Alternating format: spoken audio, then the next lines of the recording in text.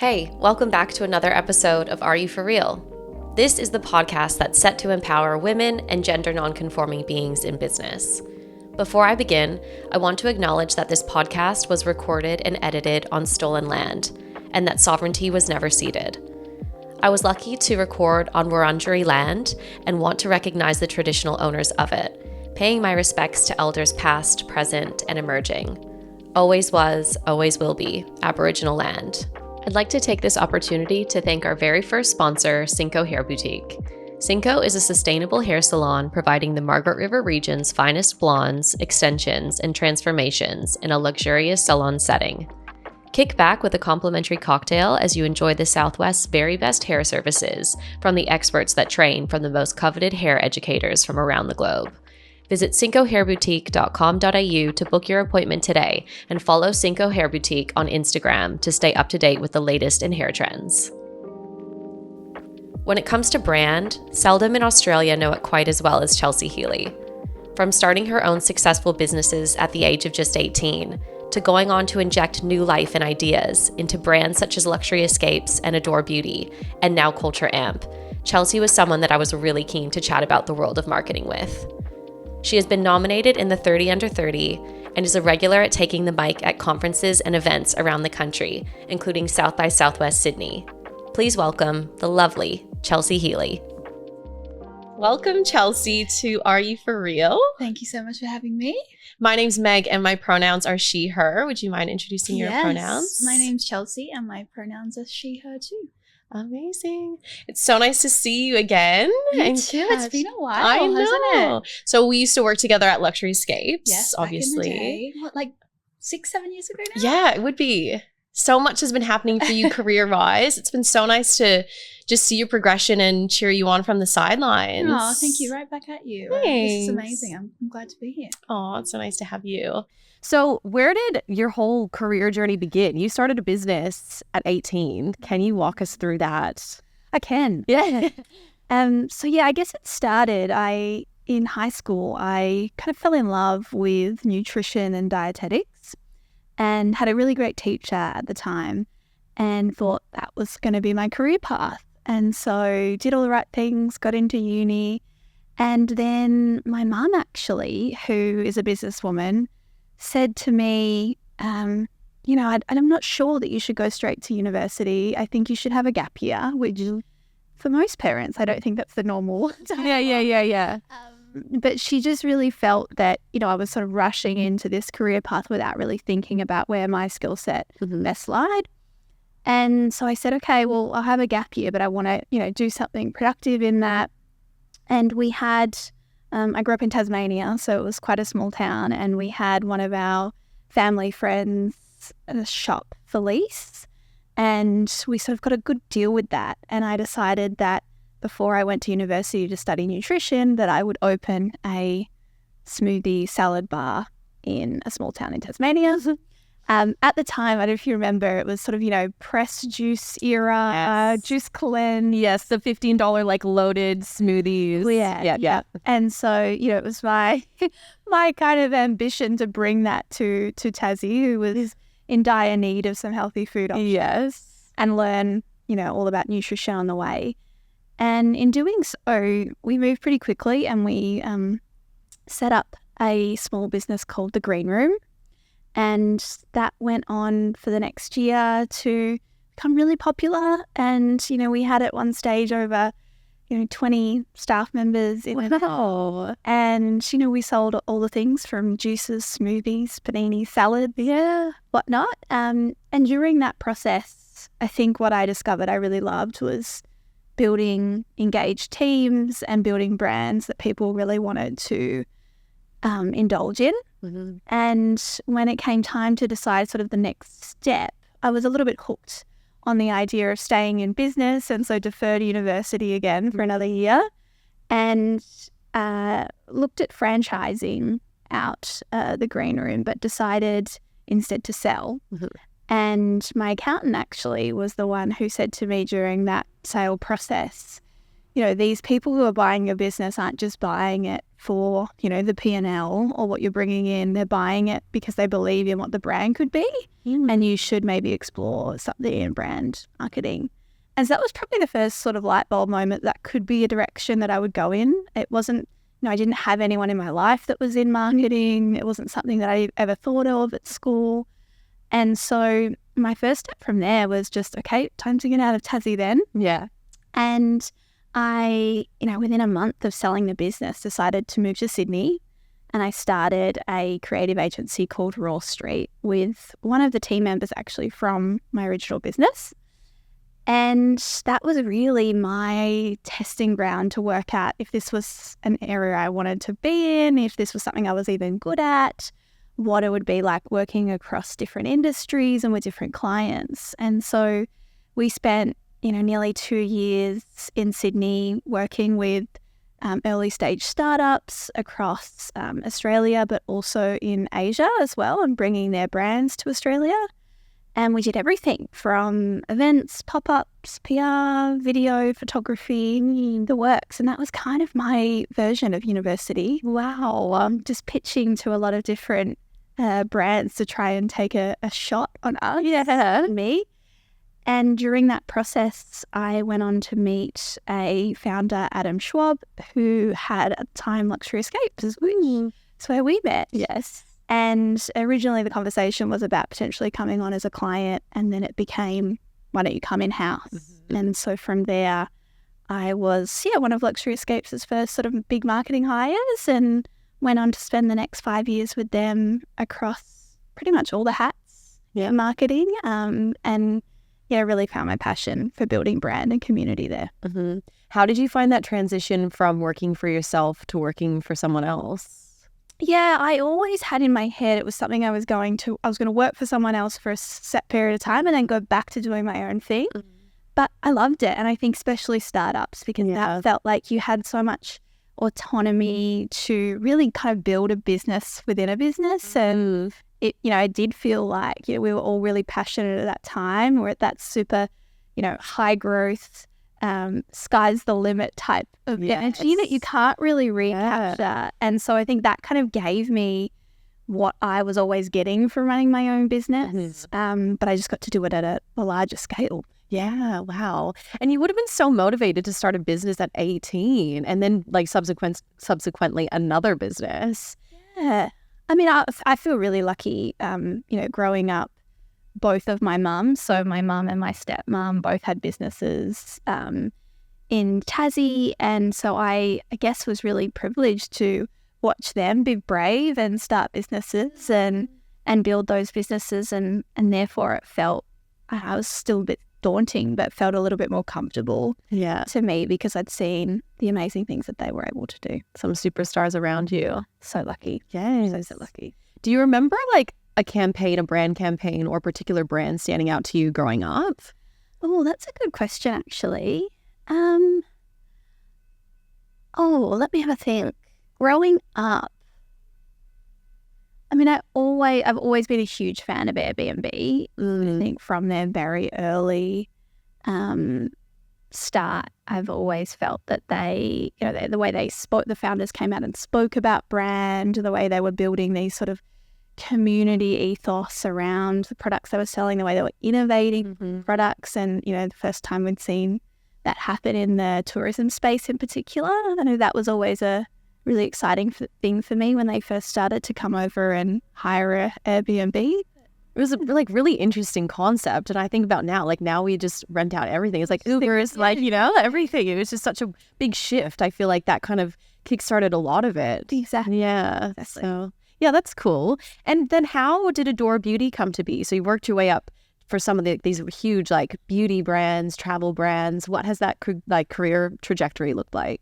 Yeah, I mean, coming from tourism, I always knew I wanted to take my skill set across different industries. I think that's the biggest benefit of working in a particular area, that skills are transferable, and to be able to sort of totally surround yourself with new industries, people, learnings. And so as much as I loved travel, I always knew that my next step wasn't going to be in travel. It was going to be in something else. Yeah. And I was really inspired by Kate Morris's story on building Adore Beauty. She'd spent, 23 years really building that business back when the internet really was just created. And, I remember her telling me a story about why Adore was called Adore. And when Adore was launched, you had magazines that would tell you what websites to visit, and they were alphabetically listed.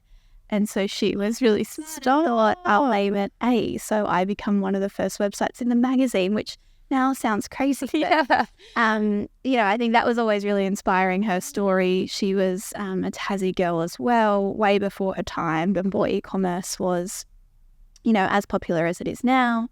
And I'd sort of followed that story into listing. They listed in 2020. And when the role came up, I just knew that was so brand that I wanted to work for. Have you had a favorite campaign that you've worked on across any industry? Oh, yeah. So many. One of my personal highlights was probably at Luxury Escapes, running our TV show, Channel 10. That was an incredible experience. It really opened my eyes to, the world of cinematography and production, but also allowed me personally to visit some incredible places around the world, and something that I'm just so grateful for. We had a great crew, we had so much fun. It was literally on an airplane every day for a few months there, but places that I would have never have got to yet, I was able to visit, and waking up in the Masai Mara in Kenya to lions and, just total bucket list experience that I got to call work. And then more recently, one of my favourite campaigns we've done at Adore Beauty was our SPF 365 campaign. And a big part of Adore's messaging was, in beauty, there are no rules. You can do whatever you like as long as you wear sunscreen. I love that. And that was Kate's, ethos from the start. Yeah. And so when we developed our own sunscreen brand, AB Lab, to bring that to life, we did a campaign called SPF 365, where we took a combi van from Bondi Beach to Byron Bay, and we gave free skin checks, and we worked with an incredible photographer to take portraits of people along the road using a UV camera so you can see the physical effects of the sun, and then a non-UV camera as well. And, not only did I think we created something like a really beautifully aesthetic campaign, but we also got to really help communities get more skin checks. We did over 200 free skin checks in that period.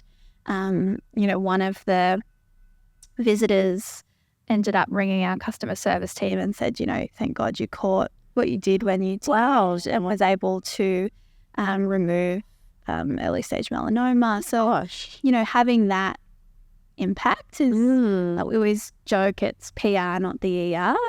But when you have stuff, you're like, and that impacts me. Yeah, it's not something that we do every day. But I thoroughly enjoyed that campaign, and just so cool. Just the experience of being on the road with good people as well. That's a big part of what drives me, is working with good humans. Yeah. Wow. You've had such a journey. I'm curious as well, any ideas that didn't come to fruition, and how did you handle that?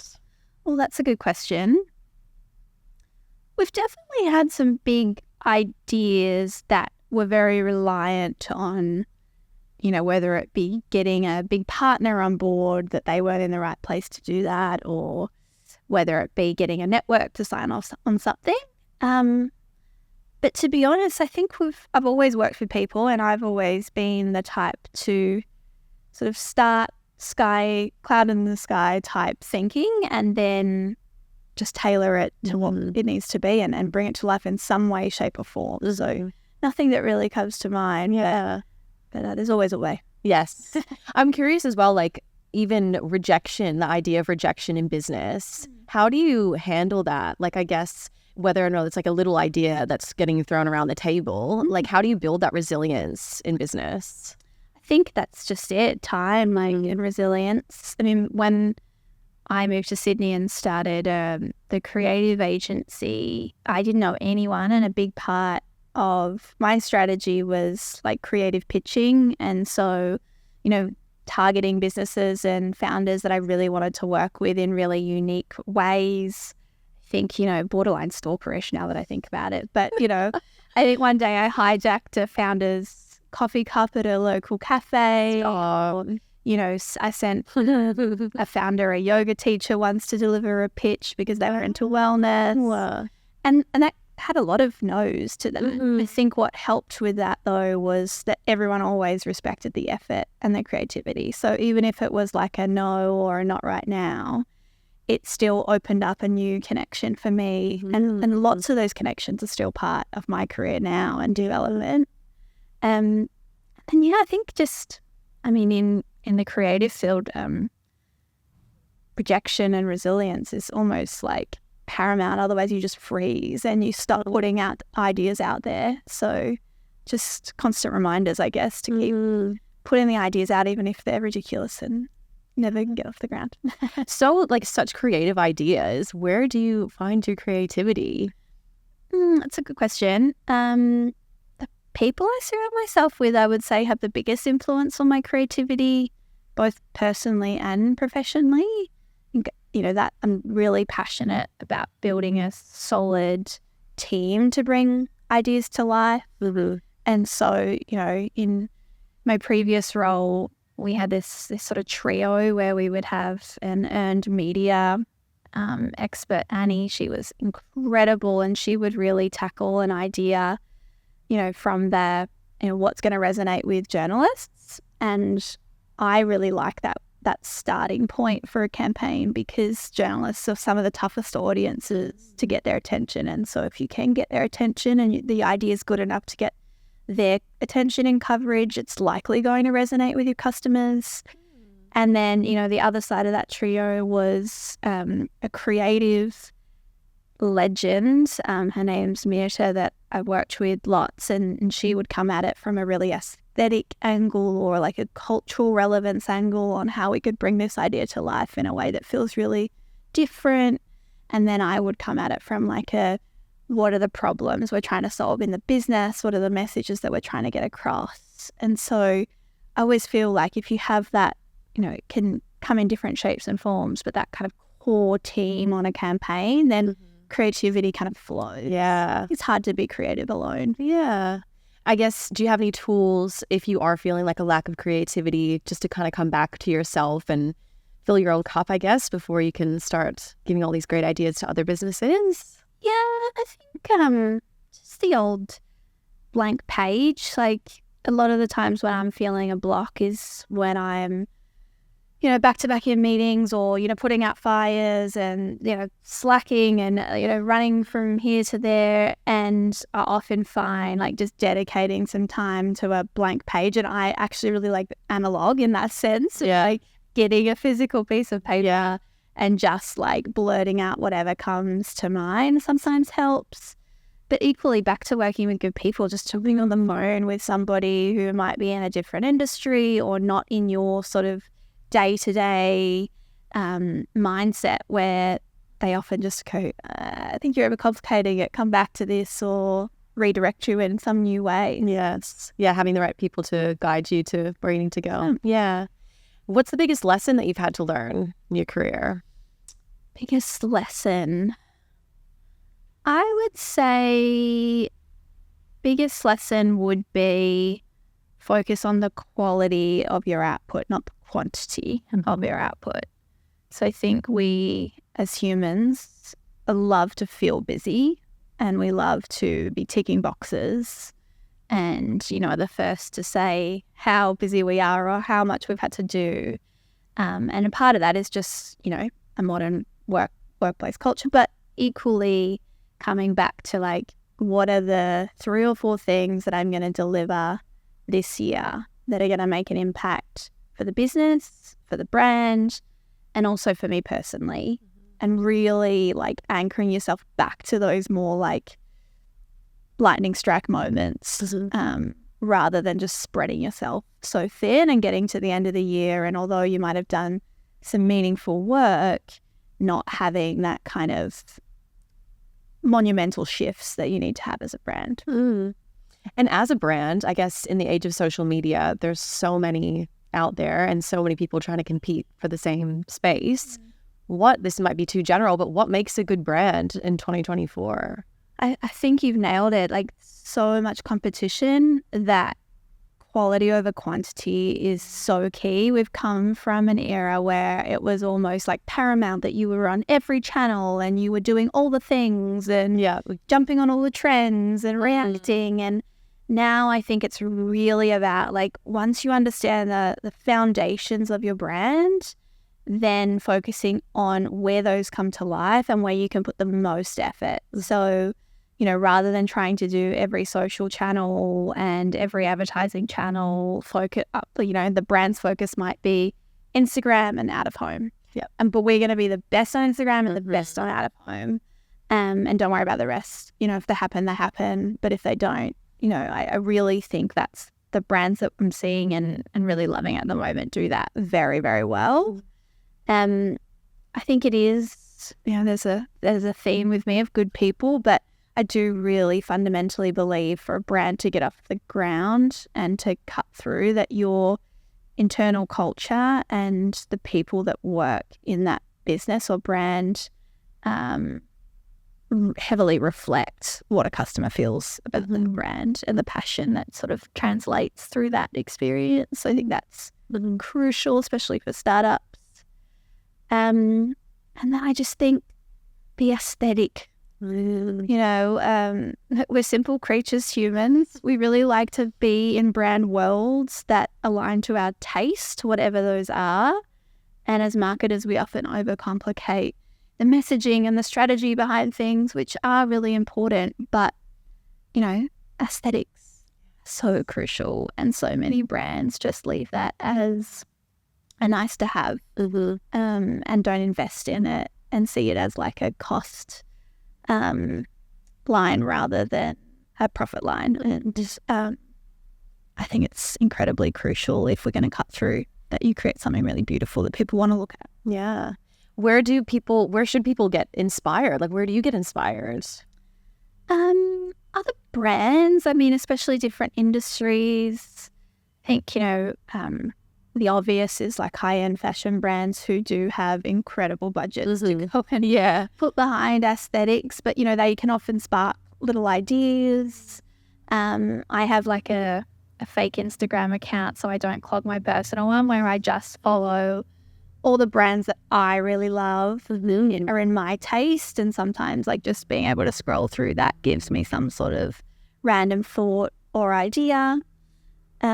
You know, there's so many amazing resources now, like newsletters and incredible people who are now giving us their sort of pearls of wisdom in these, you know, email formats once a week. You know, making time to really digest that.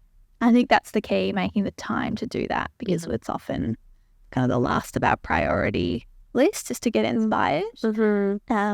But it should really be the top. Yeah. How do you find that balance of staying inspired and staying up to trend, but also finding time away from social media or marketing? I'm sure that's hard to do in your industry. Yeah. I have to say, I've used the excuse more than once of, like, you know, my partner will say, get off TikTok, or sort of for work. Yeah. That I'm like, consumed to the zeitgeist and whatnot. But I mean, gosh, we live in an incredible, you know, spot in Melbourne where there's, you know, pretty much a gallery on every street. There's incredible exhibitions. There's live music every night. There's incredible restaurants. You know, I think inspiration doesn't come always in those more traditional formats. It's just about getting out of your, like, day-to-day routine. So whatever that looks like. Travel for me is really important. You know, making sure that I'm, you know, taking in new perspectives. It might not always translate in linear ways to work, but I think they all kind of totally accumulate your overall taste and what you love. Are there any brands that you look up to, like maybe top 3 at the minute? All top 3. Okay. I'm loving Essence, online retailer. I think they do really well. Quality over quantity when it comes to channels. In retail in particular, it can be really a sea of same, very promotionally driven.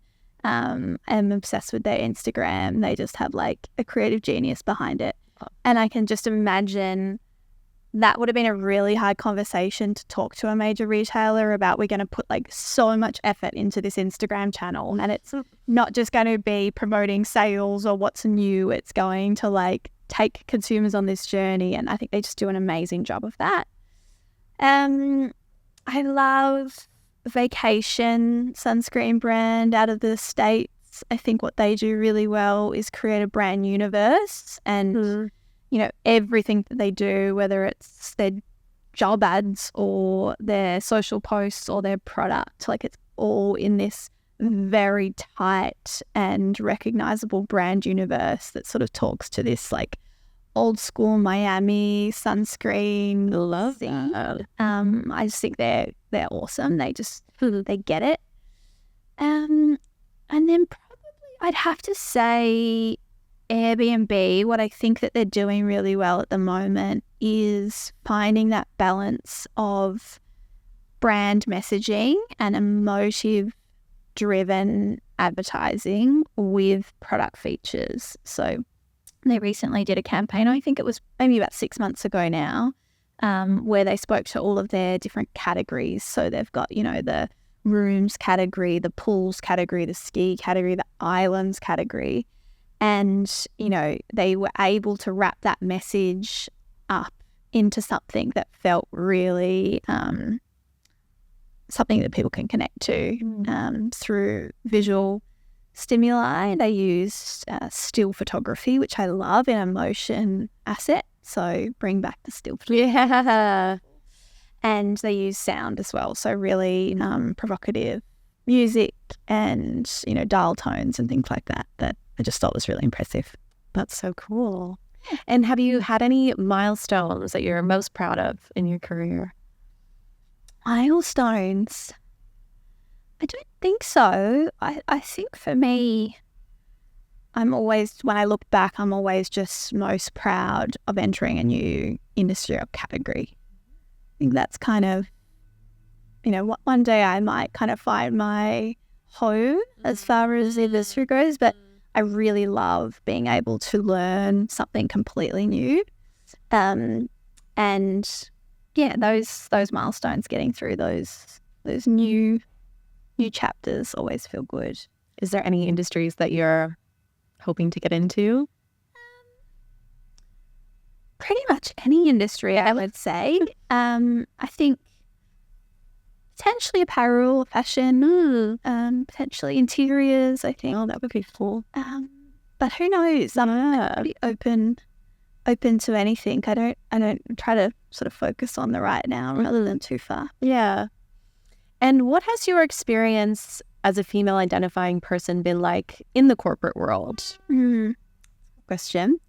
I think probably twofold, like most females. I've been really, really fortunate to have incredible role models and people that have championed me and supported my career, both females and males. You know, I had an incredible boss, and he really backed me in early in my career. And since then, I've had some incredible female mentors who they've really, you know, they've been the type of people that would, you know, mention you in a room of opportunity when you're not there. Like, I feel really, really privileged in that sense. But equally, I think we've still got a lot of work to do, in particular, females working together in making sure that everyone knows and feels like there's enough room for everyone. And I think in particular being a younger female leader, that can just naturally have its challenges as far as being a manager or, you know, building that trust and bringing people on that journey. And Yeah, but I'd say overall I feel really fortunate and lucky. Yeah. When that ever did come up for you, how did you overcome that if you were feeling like you weren't maybe being taken seriously? Or I think again, like I just lent on the women that had come before me and spent time with those people. I think, your mood is so indicative of the people that you're spending all your time with. And sometimes when we're in our bubbles and we are in situations like that, it's so important just to call a girlfriend, have a wine, have a coffee, whatever it is, and realize that you totally got this. Have you got any advice for anyone who's going to start a business or wants to get in the corporate world? Yep. I would say one of my favorite lines, and Tim Minchin did a address, it was at an Adelaide University potentially. I'll have to send it to you, but he says be micro ambitious, and that really resonates for me because I think when you're starting out in business or the corporate world, you can jump straight to what the kind of end goal is, where you think you should be, and you sort of lose sight on how important it is just to be micro ambitious, to focus on whatever's right in front of you and doing the very best job at that time. And I just think that, that stacks up and, you get there. But a mistake we make, especially as young, ambitious people, I think, is like lack of patience. Totally. I think we should be like so far further ahead. Yes. And in my experience, when I've been in that mindset, it just hasn't paid off for me versus just focusing on what's in front of me and letting that kind of speak for itself. Yeah. And then, it's a theme, but surround yourself with good people. I don't want to work with people I wouldn't want to hang out with. Like, I really truly believe that shows in your work when you're creating work that you're proud of with people that you love to be around. Have you got any advice for anyone selecting a team or hiring a team to know whether or not they're the right fit? Yeah, I think it's really important in hiring to not sell the dream. I think we often make that mistake of, we want this person to come and join our team and, you can see the vision for where we're going or whatnot, but you kind of miss out the reality of that. And I think that can be one of the worst onboarding experiences when someone comes in, they're like, whoa, this is not what I was told or expected. So I think it's always really important, take the rose-colored glasses off, tell someone the reality if they're going to enter that if they're going to take a chance on your business or to come to work for you, they, I think, deserve the respect of understanding what they're coming into, no rose-colored glasses on. And then I think it's, it's the old, hire for attitude, not skill. I really do believe in that. Wow, that's really juicy. I think, lots of stuff can be taught to a degree. There's certain industries that obviously doesn't apply. But if, somebody that's really passionate, who's a joy to be around, who's not afraid of, working hard or getting in there and giving it a crack, everything else can be taught. Yeah, I agree with that as well. I think the personality definitely shines, and that's what you want in a team, and like someone who's going to, not be afraid to bring those ideas to the table and be themselves, rather than all the things that they can list on their CV. Oh, for sure. And it's, it's the first thing sometimes we all lose when we enter a new job or a new challenge and we feel the pressure and that imposter starts to sink in. I think we lose our spark. And that's the spark is actually the value that you're bringing. And so, that's something that I constantly trying to work on. It's every time I get sort of in my hole, I can bring it back out. Yes. Be loud, be me. Yeah, absolutely. That's what people want to be around. Totally. It's infectious. What is the realest piece of advice you've ever been given? The realest piece of advice is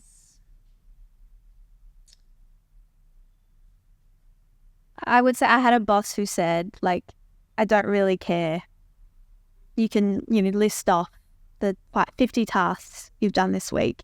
If I don't see meaningful impact in one of those, it doesn't really matter. And whilst it wasn't, some witty, succinct piece of advice, it really shifted how I worked, because I was the first to go into, a one-on-one with a boss and list out all of these things I was doing and be really proud, and they should be really proud. But if it's all just, task for task's sake, it doesn't really matter. Mm-hmm. Yes. Well, thank you so much for joining me today, Chelsea. Where can people find you and keep up to date with what you're doing in the business world? I'd say, Instagram or LinkedIn. Instagram, Chelsea Healey. LinkedIn, Chelsea Healey. Yes. Thank you so much. I can't wait to see what's next for you. What are you doing at the moment at Culture Amp?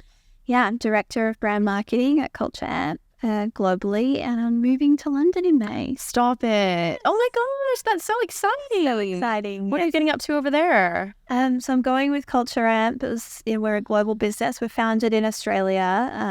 An incredible success story from the founder, Didier, and we've expanded internationally now. Our primary audience is in North America, and it was on the bucket list for me to go and live and work overseas. Yes, I can so see that. I've got to do it before I have to adult too hard. It's time to go over. Yes. Oh my gosh, that's so exciting. Have you got a flat lined up and everything, or? Nope. No, just gonna wing it. Just gonna wing it. Yeah, I figured I'll just get over there and sort it when I'm there. It always works out though in the end. It does. Made in Chelsea. I know. I know one of my friends' partners had an apartment in Chelsea, and I was saying, sounds like a blog. Chelsea and Chelsea, 100%. in Paris. Yeah. I love that. Well, thanks so much for joining me. It was so great to pick your brain about everything brand and marketing. Thank you for having me. Appreciate it. Thanks. Bye. Well, that's the end of that one. Thank you so much for listening to another episode of Are You For Real? As a startup podcast, it really does mean so much to have your support. And it would mean the world to me if you enjoyed this episode, if you wanted to share it with any of your friends, and even more so if you wrote me a review on Spotify or Apple Podcasts. Thanks so much, and hope you're having a beautiful day. See you next time.